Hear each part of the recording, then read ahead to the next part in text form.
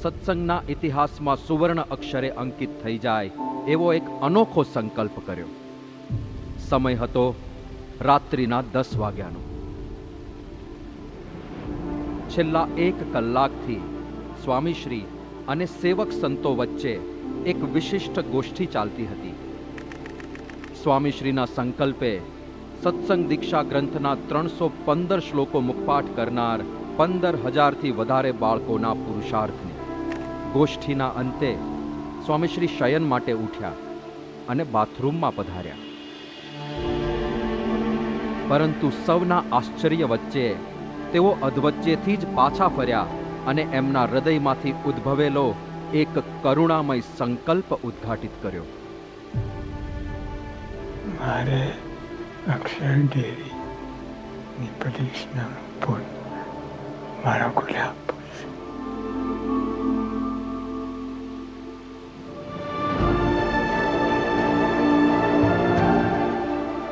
મારે અક્ષર ડેરીની પરીક્ષાનું પૂર્ણ મારા ખોલે નાના નાના બાળકો પ્રત્યે સ્વામીશ્રીએ દર્શાવેલ પ્રસન્નતાની આ ગાથા ઇતિહાસના પૃષ્ઠો પર યાવત ચંદ્ર દિવાકરો સ્વર્ણિમ અક્ષરે અંકિત થઈ ગઈ.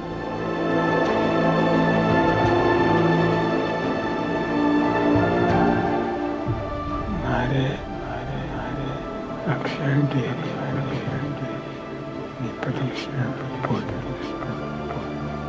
મારા ખોલ્યા.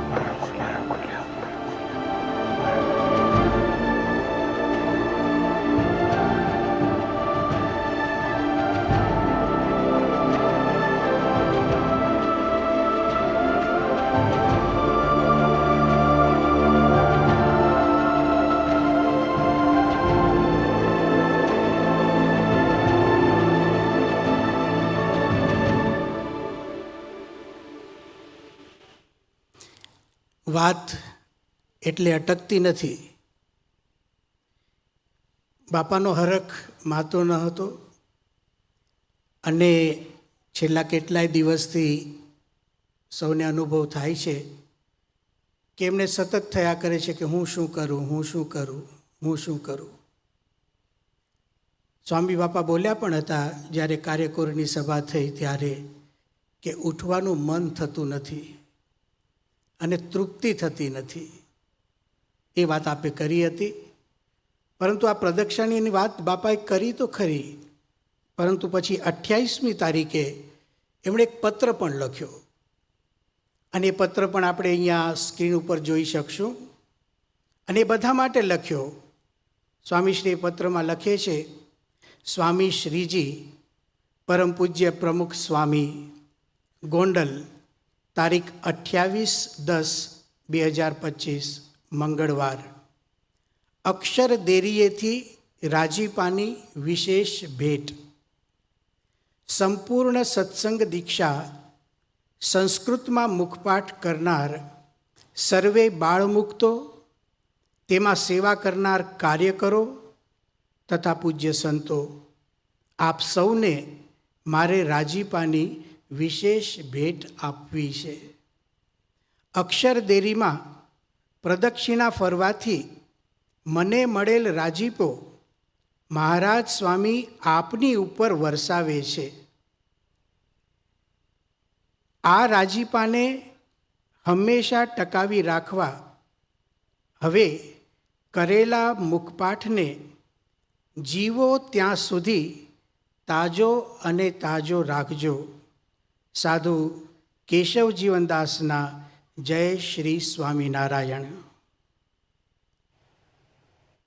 ત્યાર પછી સ્વામીશ્રીએ ઉપસ્થિત જે સંતો હતા એમની સમક્ષ એમની એક ઈચ્છા દર્શાવી કે સમગ્ર સત્સંગ સમાજ, બધા જ આપણા આશ્રિત ભક્તો, હરિભક્તો અને સંતો બધા જ આ બાળ બાલિકાઓ જેમણે મુખપાઠ કર્યો છે, એ કાર્યકરો, માતા પિતાઓ, જેણે દાખલો કર્યો છે, એમની ઉપર રાજીપો વરસાવે.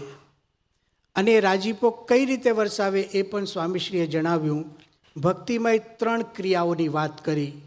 સ્વામીશ્રીએ એમ કહ્યું કે આપણે બધા જ હરિભક્તો અને સંતો આ બાળકો બાલિકા ઉપર રાજીપો વરસાવવા માટે ઓછામાં ઓછો 1 દંડવત પ્રણામ કરે, ઓછામાં ઓછું. કોઈને વધારે કરવું હોય જેની શ્રદ્ધા અને શક્તિ પ્રમાણે એ કરે, પણ ઓછામાં ઓછો 1 દંડવત કરે, 3 માળા ફેરવે ઓછામાં ઓછી, અને ઓછામાં ઓછી 11 પ્રદક્ષિણા કરે. આ વાત કરીને સ્વામીશ્રીએ બધાને આજ્ઞા કરી કે રાજીપો બધા વરસાવે. સ્વામીશ્રીએ આ વાત જ્યારે કરી તો એક સ્પષ્ટતા પણ કરી કે બધા ફક્ત ઓછામાં ઓછો 1 દંડવત, 3 માળા તથા 11 પ્રદક્ષિણા કરે, પણ કોઈ ઉપવાસ ન કરે.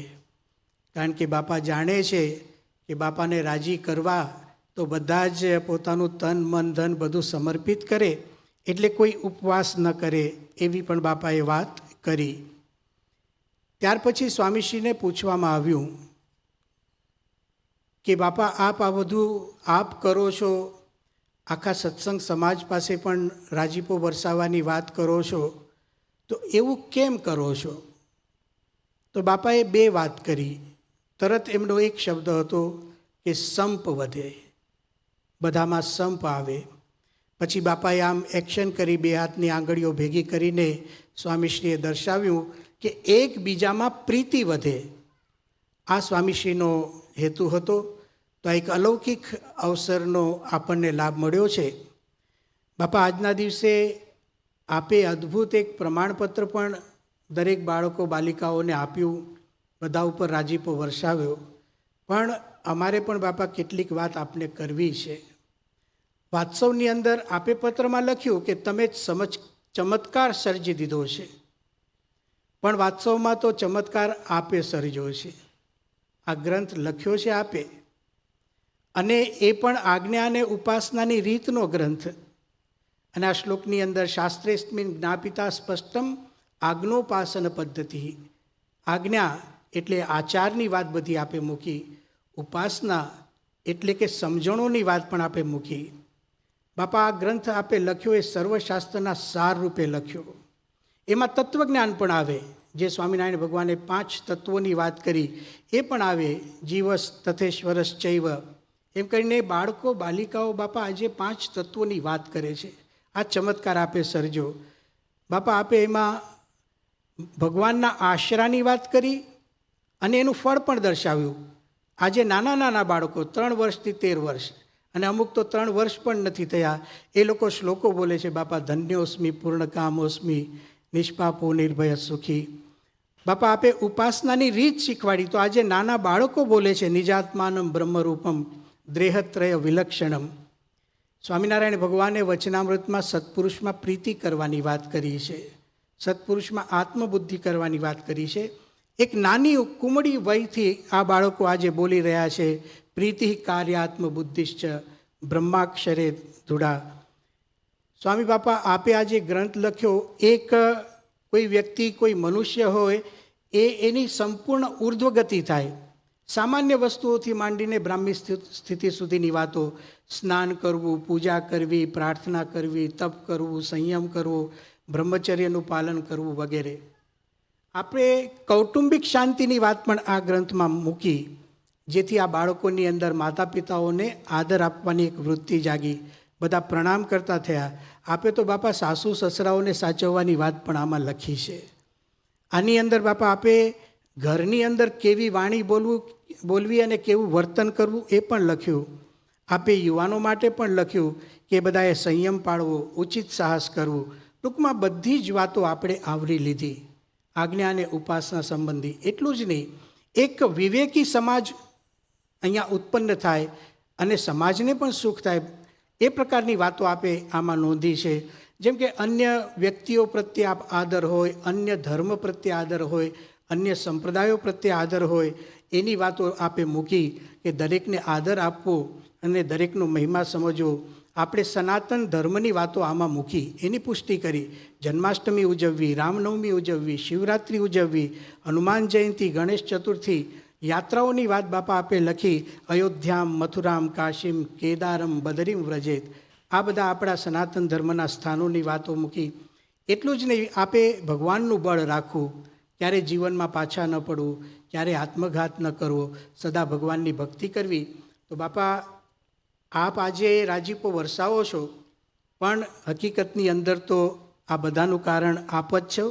એટલે આપે જે પત્ર લખ્યો છે આજના દિવસે, એ હકીકતમાં આપને લાગુ પડે છે. એટલે એ પત્ર હવે અમે આપને સંબોધીને કહીએ છીએ. બાપા, આપ લખો છો કે તમે કરી બતાવ્યું, પણ બાપા અમે આપને કહીએ છીએ કે તમે કરી બતાવો છો કાયમ, અને તમે વર્તી બતાવો છો. બાપા, આપે લખ્યું તમે ચમત્કાર સર્જી દીધો છે, તો અમે આપને કહીએ છીએ બાપા તમે ચમત્કાર સર્જી દીધો છે.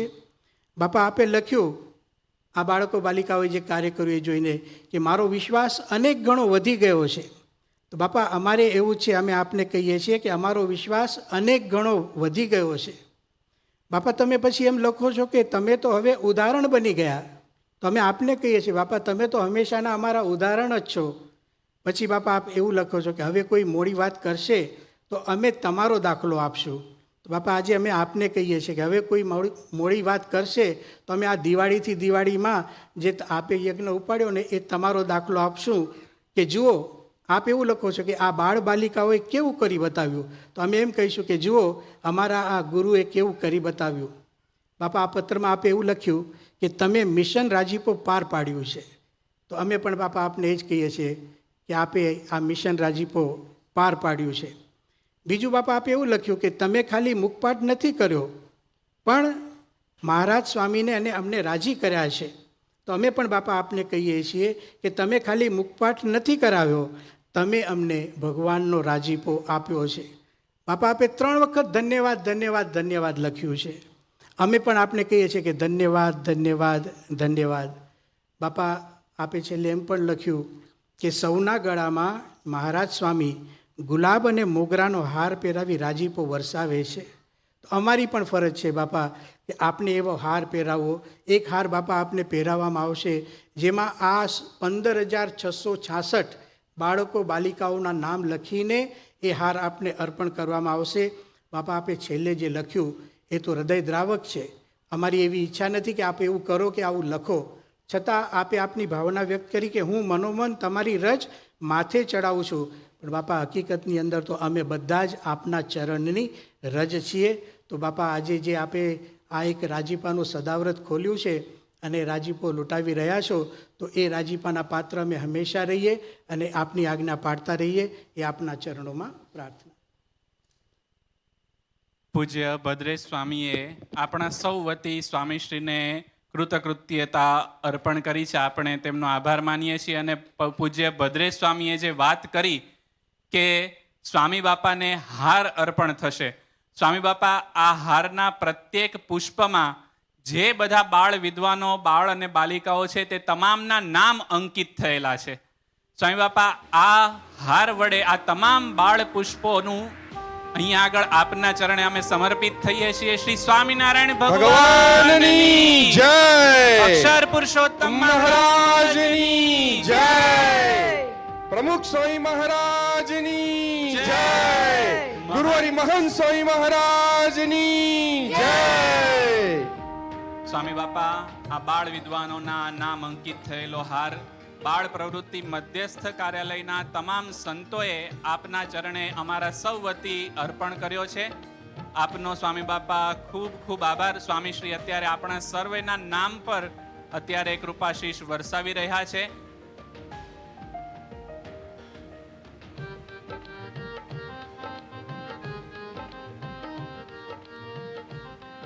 સ્વામી બાપા, હવે તો સભા પૂરી થવા આવી, પણ આ આખા વર્ષ દરમિયાન અમને કેટલું બધું મળ્યું.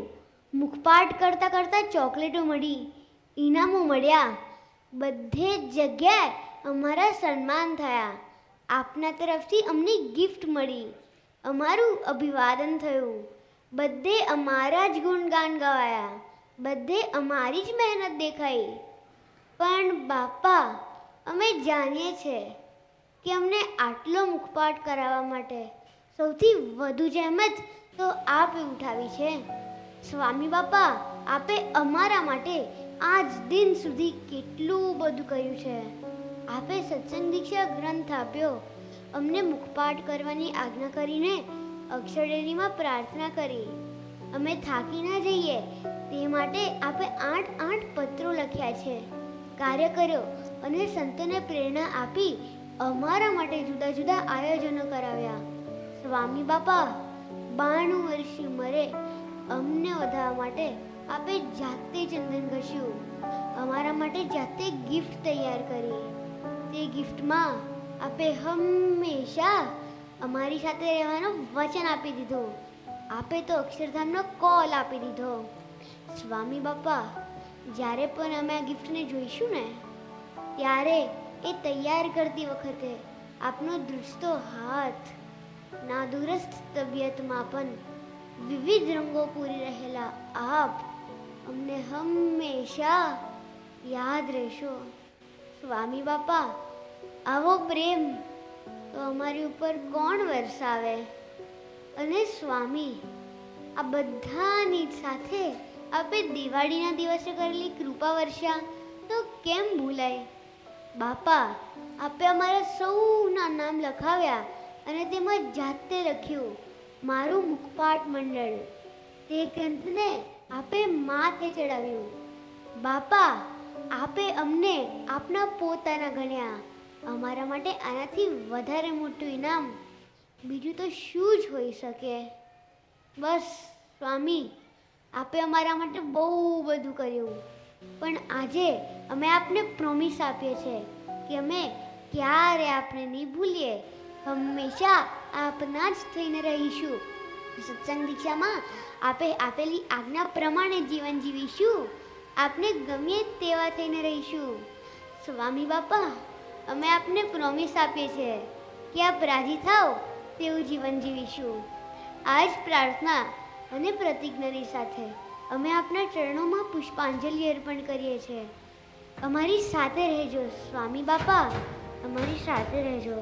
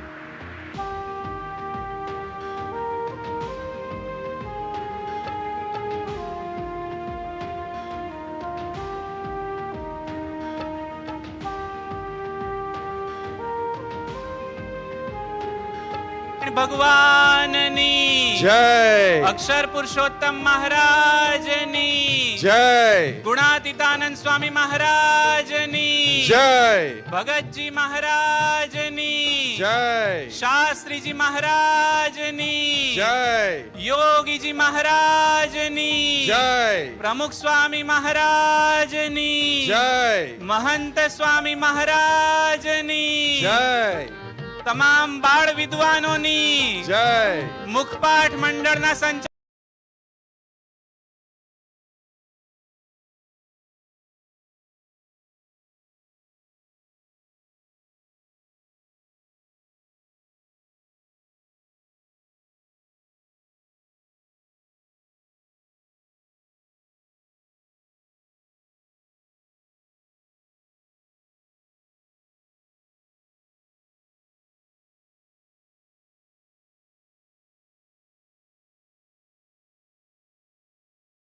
મહંત સ્વામી સ્વામી બાપા, આજે આપે અમારા સૌ પર ખૂબ ખૂબ કૃપા વર્ષા કરી છે. આપનો ખૂબ ખૂબ આભાર.